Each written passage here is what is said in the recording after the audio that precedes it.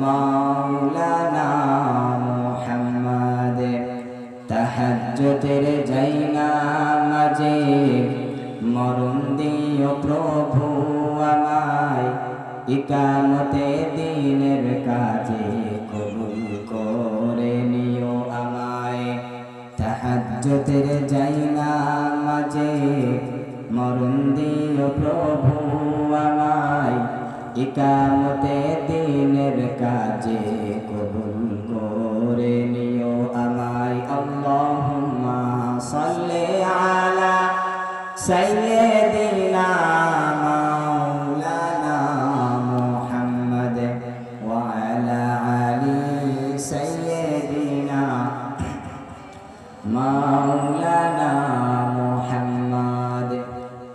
যে ঈমান প্রয়োজনে চলে ওঠে না, যে ঈমান সত্য ন্যায়ের কথা বলে না, যে ঈমান প্রয়োজনে চলে ওঠে না, যে ঈমান সত্য ন্যায়ের কথা বলে না, যে ঈমান বাস্তবে নাই, যে ঈমান ময়দানে নাই, মুখে শুধু কথার বলি, কি করে তার হে বলো ঈমান বলি, কি করে তার হে বলো ঈমান বলি, ঠিক কিনা?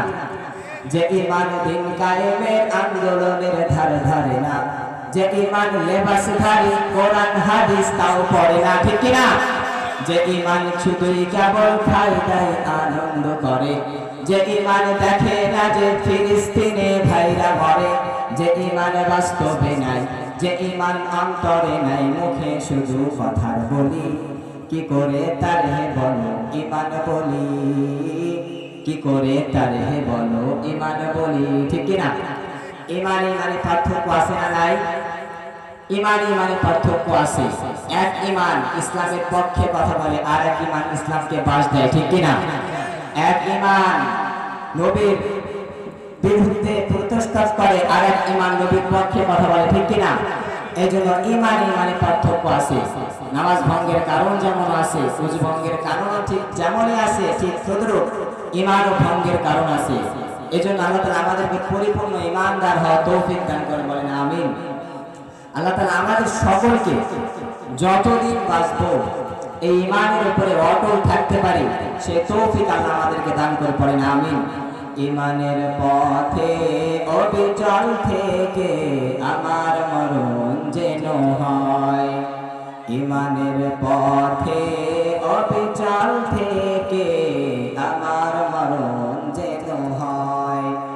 তোমারই কাছে মিনতি আমার, তোমারই কাছে মিনতি আমার, ও গো মহান দয়াময়। ঈমানের পথে অবিচল থেকে আমার মরণ যেন হয়, পড়েন আমিন। এজন্য